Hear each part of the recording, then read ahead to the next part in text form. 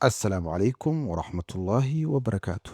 Isku soo noqod wanaagsan waa qaybtii saddexaad ee sheekadii Arsis. Qaybtan ma fahmi doontid haddii aanan soo daawan qaybii hore. Waxaan kaa codsanayaa inaad marka hore qaybii hore soo daawatid. Intaanan muuqaalkan u gudagelin, waxaan kaa codsanayaa inaad channelka subscribe saartid lana wadaagta asxaabtaada mahadsanid. Saacadii xigay, kooxda cilmi baadhista iyo horumarinta ayaa mariyey Cornel Hashim tijaabooyin jidheed iyo nafsadeed. Xogihii mahuraanka u ahaa ee howlgalkiisa ka saacidayey wada siiyey. Diyaarinta Hashim waxa ay qaadatay 3 maalmood oo aan kala go' lahayn. Kooxdaasina inta ay labo isu qaybisay hadba inta huruda mooyaane inta kale ayaa sii waday. 3daas cashaba Cornelku wuu soo jeeday awood saaristiisa. Focus ahaan ayuu geliyey, taasoo sababtay in markii dambe Professor Adil uu la dhacsan yahay qaabka uu Hashim isu diyaarinayo, isagoo aan diiqad iyo dacfi midna laga dareemaynin. Ayaa uu yidhi, haddii aanan muddo badan ku aqoonin khaakh dhigi miirato vampire ah ayaan ku malin lahaa. Intaanan dhiiga ka jaqin, haddaba natiijada ii sheeg. Professorkii oo warqadihii natiijada usoo taagaya, adigoo akhriso. Inkastoo Hashim uu bartamihii afartamayaadkii ka tallaabay oo 47 gu uu baarka ka jaray, haddana natiijadii waxa ay soo saartay dhibco aan laga filaynin oo xitaa kuwa ka da'da yari aanay keeni karin. Natiijooyinkaasi wanaagsani kadiso kuma aanay iman. Weligiiba waxa uu joogtayn jiray nidaam caafimaad oo aan kala go' lahayn, tababaro jireed iyo kuwa maskaxeed oo gaarsiiyey heer uu ilbiriqsiyo kastaba diyaar u ahaado. Howlgal kasta oo xasaasnimo gaar ah leh ama halistiisa ay weyn tahay inuu toos u geli karo. Hashim, haddaba tallaabada xigta maxay tahay? Professorkii, jawaabtii qolada sare ayaynu sugaynaa. Intaasi iyagoo afka ku haya ayaa albaabka lasoo garaacay. Waxa uu soo gashay askariyadii Rama oo sida dhambaal xidhan oo ka samaysan maas qaali ah oo weedhani sir heer sare ahi ay dusha kaga xardhan tahay. Inta ay u soo taagtay ayay ku tiri, waa dhambaal la soo diray. Waxay ahaayeen ilbiriqsiyadii qof walba uu waran gaar ahi ku taagnaa. Filashaduna ay ahayd gacan uur ku jirta oo wax ka soo bixi dhambaalkaas aan la garanaynin. Hashim inta uu furay ayuu akhriyey. Markii uu ka dhammaadayna inta uu sideedii u laablaabay ayuu galkeedii ku celiyey. Indhihii sidaa faduusha leh u eegayey ayuu isha la raacay. Way aqbaleen. Xoogaa yar ayay ku qaadatay idilkoodba inay rumaystaan warka dhegtooda soo gaadhay. Raamo uu jawigaasi naxdin farax ah soo afmeeraysa ayaa la soo booday. Waxaan kugula talinayaa inaad qoyskaaga soo macasalaamayso, xoogaana aad soo yara nasato inta uu amarka howlgalku ku soo gaadhayo. Dhankii albaabka ayuu u dhaqaaqay isagoo tegitaan maagan oo laga dareemayo hadalka Raama inuu sidiisa u qaatay. Laakiin professorkii ayaa hakiyey.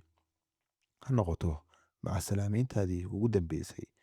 Cidina ma oga inaad howlgalka ka soo laabanayso iyo inaad sidaasi adduunka kaga hayaamayso. Hashim oo handaraabka albaabka iska furay oo kusii kala badan, waan ogahay, ayuu ugu jawaabay professor. Markii uu guriga ku soo laabtay ayuu u soo galay walaashiis iyo inantiisii oo TV-ga ka wada daawanaya waraysi lala yeeshay nin qoraa ah. Waxa uu qoraagaasi ka sheekaynayay sheekafaneedu inan yar oo la yidhaahdo Batrah, dhacdooyinkeeduna ay yihiin kuwii ka dambeeyey dhimashadii Nebi Suleymaan iyo burburkii boqortooyadiisii. Amal kulankaasi qoraaga ayay ku maqnayd oo qoraagii ay ugu jeclayd ayaa shaashada uga muuqda. Haddana markii ay dareentay inuu aabaheed u soo galayba, inta ay ka tanaasushay TV-gii ayay dhankiisa u farxad carurtay. Iyada oo ku dhagaysa ayay tiri, aad ayaan kuugu xiisay. Xoogaa aan badnayn markii ay isku dheganaayeen ayuu aabaheed oo iska fujinaya ku yidhi, orod oo qolkaagii aad. Iyadoo xamaasadii indheeda buuxiyey ayay ku tiri, horta aan kaaga warramo wixii maanta ka dhacay iskuulka. Jeebka funaanadeeda huudhiga ah ayay gacanta daf siisay oo ay ka soo saartay warqad cas oo si kafiirsi leh loo duubay. Cadarkeedii ay ugu jeclayd uu ka urayo. Iyadoo u taagaysa akhri, isagoo dalabkeeda siis dhaafinaya ayuu si kor lagu yidhi, qolkaaga aad, inaan idada gaar ula hadlo ayaan doonayaa. Waa hubaal inay niyad jabtay haddana weli gacanteedu sidii ayay u fidsanayd. hadda akhriskeedu waqti kaa qaadan maayo. codka kan oo go'aan adag ka turjumaya ayuu ku yidhi deg deg qolkaagii u tag. iyadoo cadhacagaha la jiidaysa ay qolkeedii isku hubsatay oo albaabka si xooggan u xidhatay iyadoo ku mudaharaadaysa sidii uu aabbaheed ula dhaqmay. markaasay tiifigii qolkeeda daaratay oo waraysigeedii ay cod dheer ku daawatay. haashim codka hoos u dhig. dan kama aanay gelin ee way sii dallacdayba. markaasuu ku qayliyey isagoo aan dareemin in falkaasi aanu madaxadayga ka ahayn ee uu ka ahaa xoogaa danayn iyo sasabasho ah inay ka hesho. codkii hore ka kakan ayuu ku yidhi codka hoos u dhig. haddii kale adiga iyo qoraagaasba madaxa ayaan idinka jebinayaa. inta ay baqday ayay codkii hoos u dhigtay. haashimow maanta waa dhalashadeedii. haashim samir la'aan ayay soo laabashada ku sugaysay iyadoo kaa filaysa hadiyad ama kelmad wanaagsan oo aad ku bogaadinayso. adigina sidan qallafsan ayaad ula hadlaysaa una dhaqmaysaa. gadaashiisa oo ay walaashii fadhido ayuu jalleecay. u gadoodsanaa laakiin walaashiis uu ka hamraday oo cadhadiisii wuu liqay. narjis walaashii oo ka weyn uun ma aha ee dhallaannimadiisii ayay soo korisay. danayntii iyo daryeelkii ugu badnaa ee uu u baahnaa way siisay. heer uu u arkay inay aabbihii iyo hooyadeedba tahay. malaha cadaadiska shaqada ayaa sidan oo dhan ii kululeysay walaal, ayuu ugu jawaabay iyadoo falaqaynaysa sababaha dhaqankiisa wada xanaaqa ah oo la kaashanaysa khibraddeeda dhakhtarnimo nafsadeed. kakanaan nafsadeed oo weyn ayaad leedahay haashimow. si kasta oo aad u xanaaqdo, xaaladuhuna ay u adag yihiin ama halis ay kugu gadaaman yihiin, waad awooddaa inaad cadhadaada qarsato. laakiin markaad inantaada yar hor taagan tahay, awooddaas oo dhanba waad weydaa. way ogeyd inuu laabtiisa uu cabarsan yahay hadal aanu doonayn inuu soo afufaa. raggu si guud waxay door bidaan inaanay sirahooda cidna u sheegin. waxay ka cabsadaan inay u muuqdaan sidii inay jabeen oo laga awood badiyey ama tagdarro laga dhinacsado.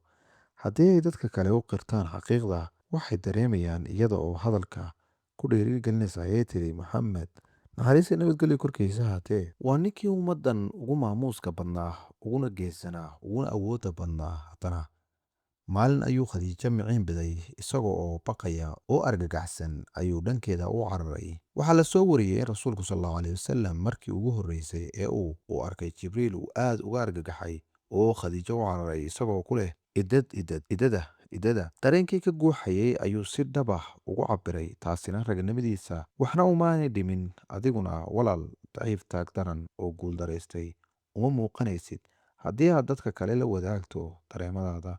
hadalkaygaasi wuu saameeyey. fadhiga ayuu hagaajistay oo waxa uu go'aansaday inuu qirto sirta cadaadiska ugu badan ku haysa sannadahan badanna ruuxdiisa kadyadaysay. cod murugo ay dhex muuquursan tahay ayuu ku yidhi aniga ayaa sabab u ahaa narjisay. aniga ayaa dilay xaaskaygii balqiis 9 sano ka hor dhacdadii. haashim oo ay balqiis gudub socoto ayaa maqlay codka halista leh ee xooggan ee rasaasta. waxaana u sawirtay markaa inay dhinaciisa martay oo ay toos u dhaaftay. inay ismoodsiinayso ayuu u malaynayey. laakiin markii uu xaaskiisa eegay dhulka ayay wadnayd oo rasaastaas ayaa haleeshay. naxdin kadisa ayay ku noqotay laakiin isma aanu dhigan. kadiskaasina ma aanu mashquulin. waxa uu gartay in rasaastani ay tahay mid liif maal, isagana ay la gudboon tahay inuu deg deg u howlgalo oo uu xaalka kala xaliyo. ugu horreyn balqiis ayuu u diiday dhanka derbi ilinka ku yaalay oo ay shiishyahanka kaga dhuntaan. xabad labaad in lala helana ka hor tagga. markii uu amnigooda hubiyey ayuu dhaawaceeda eegay mise si waali ah ayay u dhiig baxaysaa. shaadhkii ayuu la baxay oo uu nabarkii ku qabtay si uu burqadka dhiigga u yareeyo. gacanteedii inta uu soo qabtay ayuu shaadhkii dusha saaray isaga oo ku leh halkaas xoog u hay. maanu garanayn sababta weerarkaasi gaadmada ahi iyo qofka ka dambeeya midna, laakiin arrinka qura ee uu ogaa waxa uu ahaa inay la gudboon tahay inuu xaalka soo afmeero ka hor intaanay xaaskiisu dhiig bixin.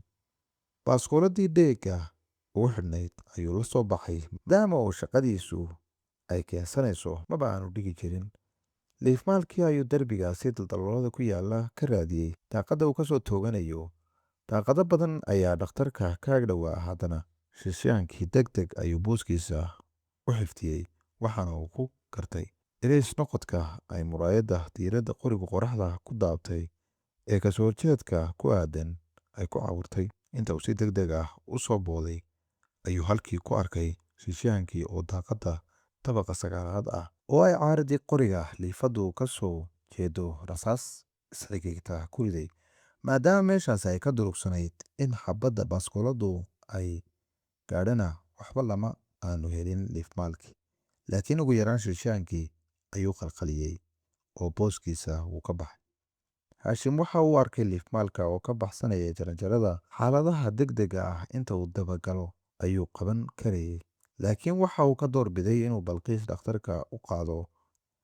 uu ka dheragsan yahay xaaladaha sidan oo kale ah, halka ilbiriqsiyo si deg deg ah wax loo qabtaa inuu qof dhan noloshiisa badbaadin karo.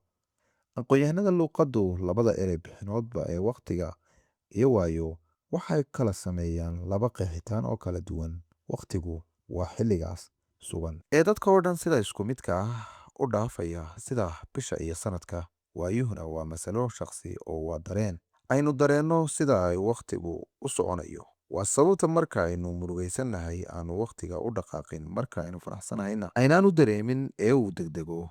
innagoo qeexitaankaas ka duulaynaa waxaynu odhan karnaa haashim qolka sugitaanka waxa uu ku jiray wakhti 3 saacadooda keliya, laakiin dareenka murugo iyo baqdineed ee ay uga dhigeen inuu ku qaatay qolkaas sanadan oo kadeed iyo rafaad ah. ugu dambayntii dhakhtarkii oo war u sida ayaa u yidhi, ilaahay ayuunbaa adduunka ku waaraya, xaaskaagii way xijaabatay. halka uu meydkeedu yaallay ayuu aaday, go'ayna wejiga wuu uga fayday, muuqaalkeedaas uu wadka ruuxda kala baxayna wuu ku dhaygagay. markaasuu dareemay dareemadii ugu xumaa ee uu ku baqi jiray. kelinimo qoto dheer ayuu dareemay. waxa uu dareemay sidii inuu subax soo kacay iyadoo aadamihii oo dhammi ay dhulka ka tageen oo keligii kaga guureen. inta uu ku foorarsaday ayuu aad uga dhigay sidii bakhayl hantidiisa ku dhegay, aadna laabtiisa wuu ugu xejiyey sidii inuu jidhkiisa ku dhex aasayo. maalinkii xigay waxa uu meydkeeda ku maydhay biyo, qasil iyo kaafuur, timaheeduna 3 ramlo ayuu ka dhigay. markaasuu kafankii ku duubay oo raggii kale qabriga ula qaadeen. hoygeedii u dambeeyeyna uu gacmihiisa ku dhigay. markii uu wadaacii u dambeeyey la gaadhay ayuu hadal ka soo go'ay qalbigiisa halkaa uga xeesha dheer ku yidhi, adiguna meyd ayaa tahay, aniguna meyd, laakiin keligaa ayaa dhulka hoos jiifa, aniga oo keligay ah ayaan dhulka guud socdaa. damibaadhayaashii ayaa hawshii faraha la soo galay oo si walba u baadhay. xogaha hordhacahina waxay dhigayeen in urur gaar u ah dilka ka dambeeyeen. liifmaal aanu awood karin inuu howlgalka dil ee sidan u diyaarsan keligii qaban qaabiyo. dhowr toddobaadoo raacdayn joogto ah ayay ku jireen ayay damibaadhayaashii aakhirkii heleen halka oo liifmaalkii ku dhuumanayo. laakiin markii ay ku jebiyeen meydkiisa oo xabad wadnaha lagaga dhuftay ayay meeshaasi uga tegeen. dhimashada liifmaalka ayay la dhimatay rajadii laga lahaa helitaanka jihada shirqoolkaas soo agaasintay. markaasaa kiiskaas la laalay ilaa amar dambe. walaashii snarjis arrimahaasoo dhanba way ka dheragsaday, laakiin hal arrin ayuunbaanay ogeyn. maxaad ugu malaynaysaa inaad sababteeda dilka adigu leedahay? waxaan hubaa in ciddaasi soo qorshaysay shirqoolkaas ay balqiis ku baxday oo aniga iga aadsanayeen. sannado badan ayuu haashim fashilinayay howlgallo cadaawadeed oo dalka ka dhan ah. waxa uu qabtay hogaamiyeyaal badan oo ururo basaasyo iyo sirdoonno ah. suuragalna markaa way noqonaysaa in shirqoolkaasi sababtiisu ay ahayd argoosi. sidaasi awgeed xukuumaddu koox gaar ah ugu xil saartay ilaaladiisa iyo ilaalada gurigiisa iyo xubnaha qoyskiisa si aanay mar labaad dhacdadaasi xanuunka badan oo kale u dhicin.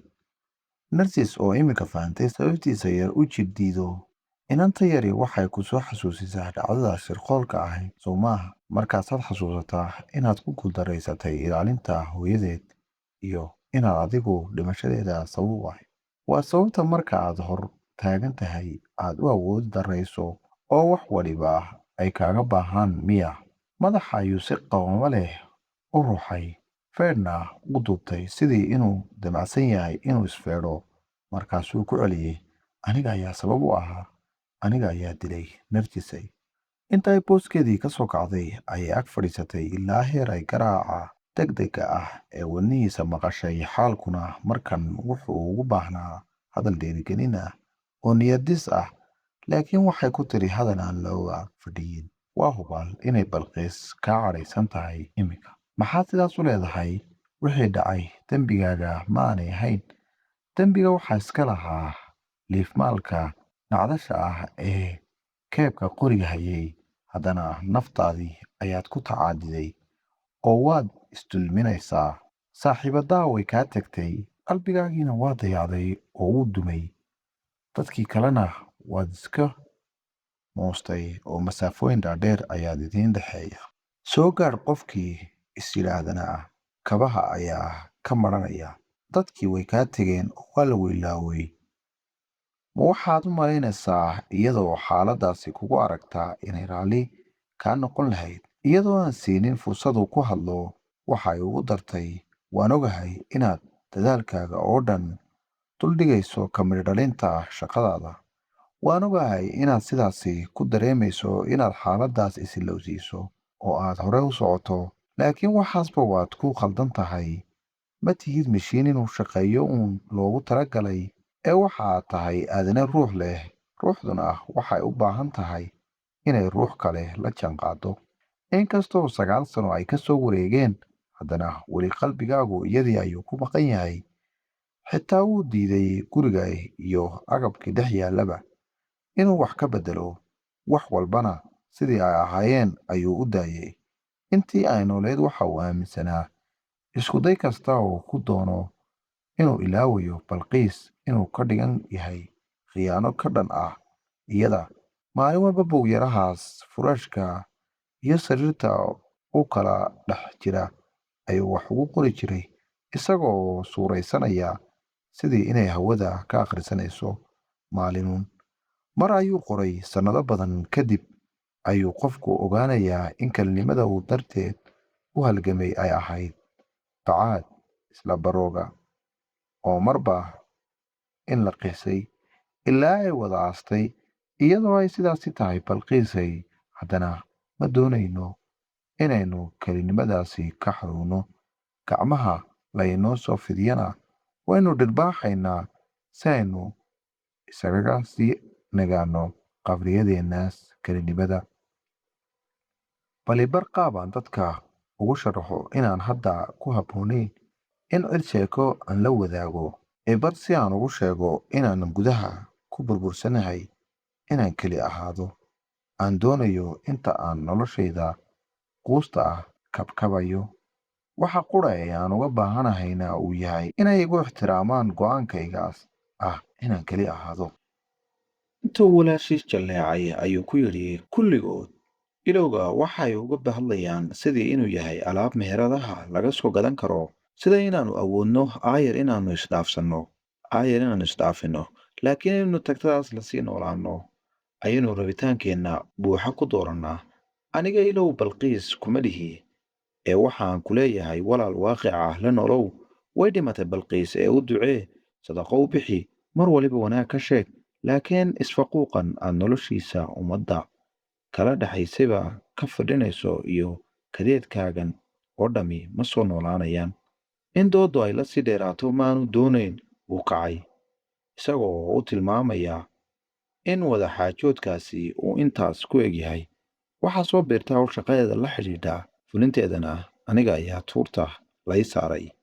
Ma weydiinayso hawshu waxa ay tahay, oo waxay og tahay dabciga iyo sirnimada iyo xasaasnimada ku suntan ee shaqadiisa. Nabad qab ku soo noqoto ayaynu mar kale arrinkaas ka wada hadli doonaa.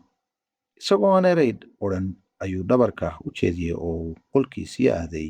Dhowrkii maalmood ee aanu dib ayuu wicitaan shaqada kala socda soo galay. Markaasay Raami ku tiri Korneyl, howlgalkii wuu bilaabmay. Waxaad moodaysay in isaga iyo libaaxyada dugaagga ah ay xigaalnimo ku dhaxayso marka uu arrinku la xidhiidho fulinta howlgal gacan ka qabad u baahan. Waxa uu halisaha isagu maqiiqi jiray si aan labalabayn lahayn oo aad moodo in bakhtiyaa nasiib uu helayo looga bushaareeyey ee waxyaabaha isbiimayntaasi kaga horreeya aanu wadkuba ka mid ahayn.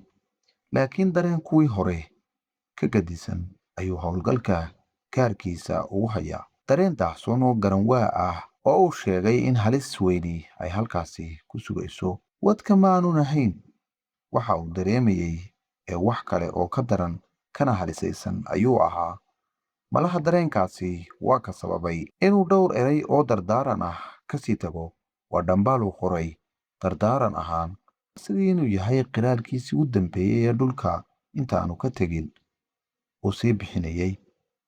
Furaashkii ayuu sariirta kor uga qaaday. Bogyarihii wuu kala soo baxay bog cad. Inta uu furay ayuu ku qoray: dhimashadaadii kadib fikrad halis ah ayaa igu soo biirtay. Waxaa igu soo biiray su'aalo iyo hurdo seejiyey. Waan ogahay inay yihiin su'aalo ilxaad oo aanay bannaanayn in laga fakaraa. Marar badanna waan isku dayay inaan isdhaafiyo, haddana maankayga mar qura kama faaruqayaan weydiimahaas.